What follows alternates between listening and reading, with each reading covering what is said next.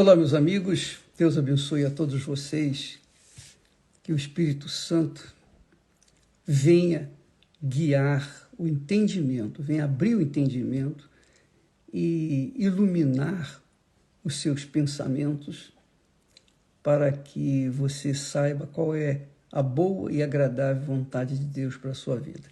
E você sabia? Se você não sabia, vai saber agora. Qual é a boa e agradável vontade de Deus para a vida da gente? A gente não sabe, não é?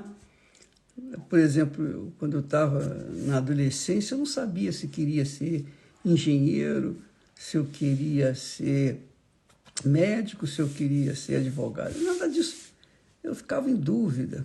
Eu estava numa tremenda, num tremendo roda-moinho. Eu não sabia o que queria. E Deus é muito maravilhoso, é muito glorioso. E Deus, na sua palavra instruída, inspirada, diz: lembra-te também do teu Criador nos dias da tua mocidade. Quando a gente se lembra de Deus, quando a gente se aplica à vontade de Deus na nossa vida, a gente vai com força. A gente não vê problemas na frente. A gente só vê a oportunidade. Lembra?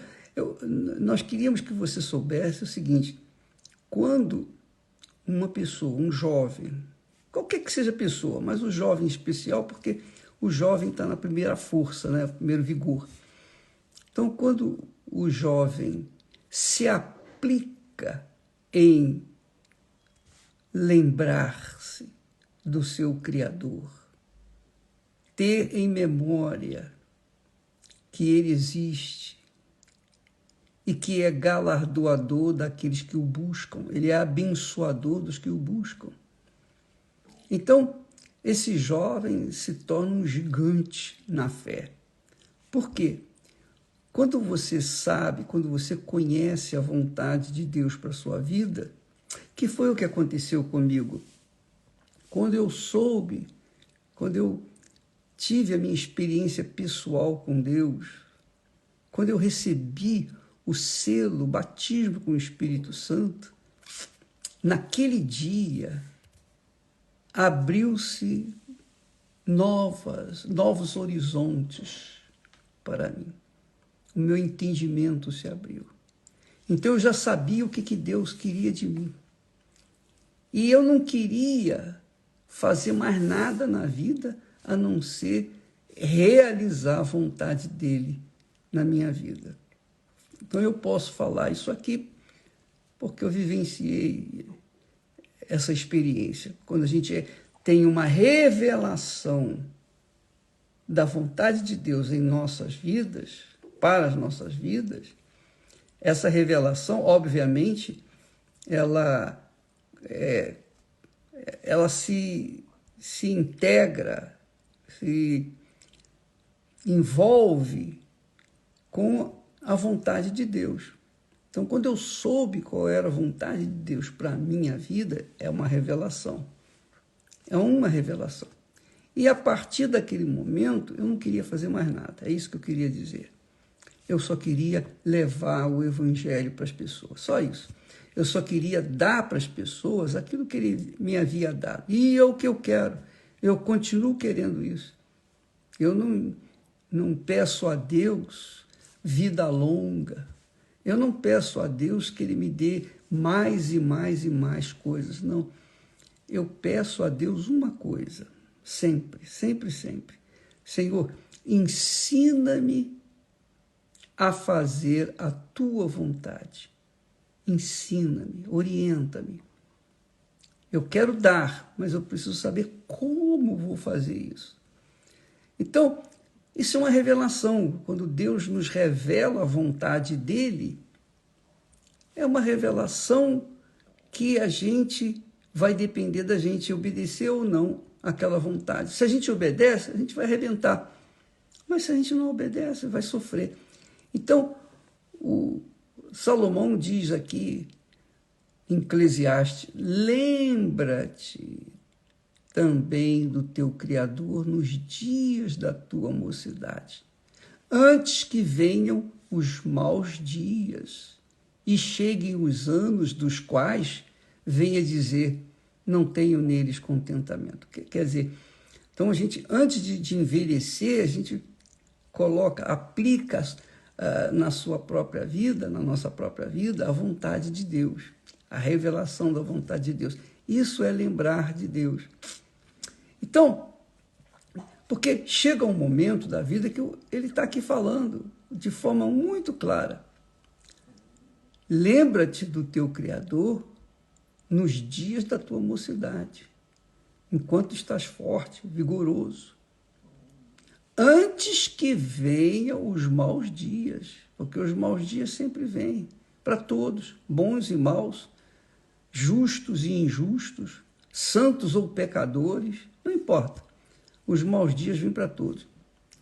E cheguem os anos dos quais venha a dizer, não tenho neles contentamento. Quer dizer, chega uma idade da velhice, em que a pessoa não tem mais prazer em nada. Vai ter prazer em quê? Seu corpo está todo murcho, igual o maracujá de gaveta. Está tudo... Aí ele diz mais, ele diz assim, antes que se escureçam o sol e a lua, e a luz, e a lua, e as estrelas, e tornem vir as nuvens depois das chuvas, ou depois da chuva.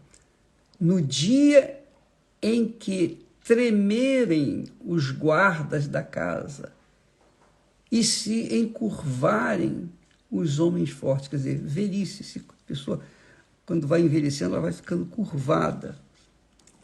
Aí ele continua dizendo, e cessarem os moedores, que são os dentes. É isso mesmo.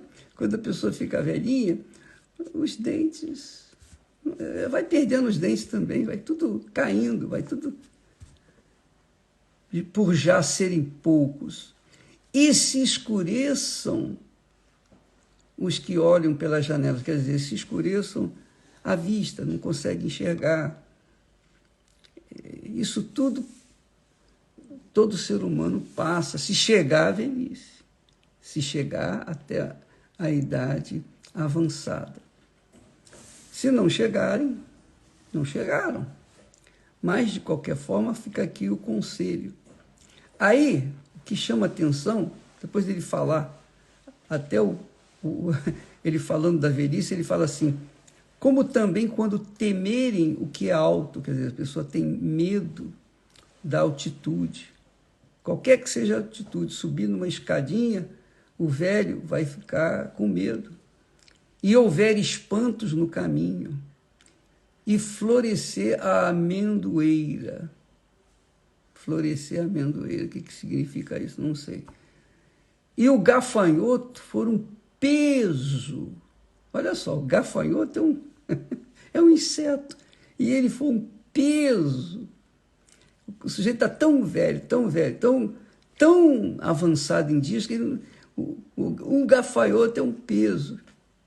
E perecer o apetite. Isso já era. Quando o apetite não vem mais, vai viver para quê? É isso que eu pergunto. Vai viver para quê? Para dizer para todo mundo, olha, eu cheguei aos 100 anos, cheguei aos 110 anos, 120 anos. O que adianta isso? Porque os olhos já não funcionam bem, a visão não funciona bem, o ouvido não escuta bem, o olfato, né? Nariz, já não há dente na boca para mastigar. Quer dizer, o homem vai se desmilinguindo, quer dizer, o ser humano. Aí ele diz assim, antes que se rompa o cordão de prata. O cordão de prata é uma alusão à vida, antes que acabe.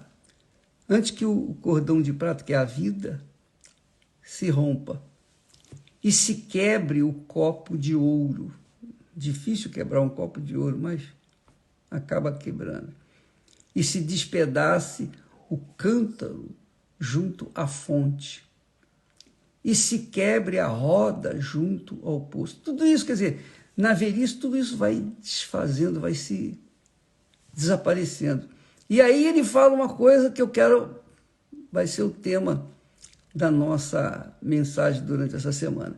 E o pó, agora chega o pó, morreu, o velho morreu e virou pó. Pó.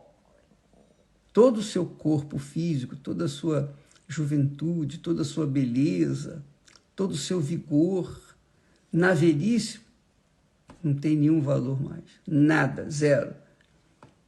E aí, finalmente, a pessoa morre e o pó, que é o corpo humano, o pó volte à terra como o era. Nós somos pó, fomos feitos do pó da terra. Quer dizer, volta ao pó. O homem volta ao pó. E o espírito, aí ele fala do espírito. E o espírito volte a Deus que o deu. Aí ele não fala mais nada, ele não fala de alma. Ele fala do corpo e do espírito. O corpo volta ao pó. O espírito volta para Deus. Então você vai entender essa semana o que significa alma e espírito. Corpo você conhece, porque você tem vestido. Você sabe que é o corpo. Mas a alma e o espírito são distintos, são duas coisas diferentes. Quando fala o espírito volte a Deus, que o deu, é a inteligência, é a razão, é a consciência. A pessoa, a mente dela, a inteligência dela, que Deus emprestou enquanto ela estava aqui na Terra, seja incrédulo, seja ateu, seja cristão, seja muçulmano, seja lá o que for. Todo ser humano recebe talento. Às vezes a pessoa não estudou, mas ela é inteligente. Ela é muito inteligente. E eu lembro, quando fala de inteligência, eu lembro do meu avô, quer dizer, eu não conhecia, mas é o que se conta. Pô. O meu avô era um português muito, muito inteligente. E ele não tinha estudo, não tinha instrução, mas era um homem trabalhador, honesto, correto, era um homem muito sábio. E quando ele foi vender um cavalo que ele tinha, ele queria vender o cavalo e veio um comprador para o cavalo. E o comprador viu o cavalo, rodeou o cavalo, levantou o rabo do cavalo para ver se tinha alguma doença, examinou o cavalo inteiro. Aí o homem perguntou, mas, seu fulano, diga, não tem nenhum defeito no seu cavalo? Eu falei, olha, o defeito dele está na cara. Aí o homem olhou para a cara dele, levantou os beiços, porque se vê o animal pelos dentes, viu que os dentes do cavalo eram bons, falou, esse cavalo é bom, esse cavalo é novo. E o homem comprou o cavalo e foi para casa. 2 dias depois, o homem volta com o cavalo e disse, olha, seu fulano, eu tenho aqui o seu cavalo, você não me disse que o seu cavalo era cego. Aí, não, eu não disse que ele era cego, eu disse que o defeito que você me perguntou, eu disse que o defeito estava na cara. E ele, você não viu que ele era cego, mas o que eu posso fazer? Eu fui honesto com você, o defeito está na cara, você que descubra os seus defeitos. Aí já era. Então, o homem era muito sábio, esperto, não sabia ler nem escrever, mas sabia fazer negócio. Então, a inteligência, capacidade, raciocínio, talento de cada um é o espírito. é o Espírito. Então, a pessoa pode não ter instrução acadêmica, mas ela pode ser até analfabeta, mas pode ter certeza que tem sabedoria ali. Pode ter certeza. E o Espírito é justamente isso. Essa inteligência que Deus empresta para todo ser humano, quer dizer, aqueles homens que criaram um avião, outros que criaram foguetes que vão à Lua, os cientistas, tudo isso, Deus empresta a sabedoria dele para o ser humano, que é o Espírito. Empresta a sabedoria.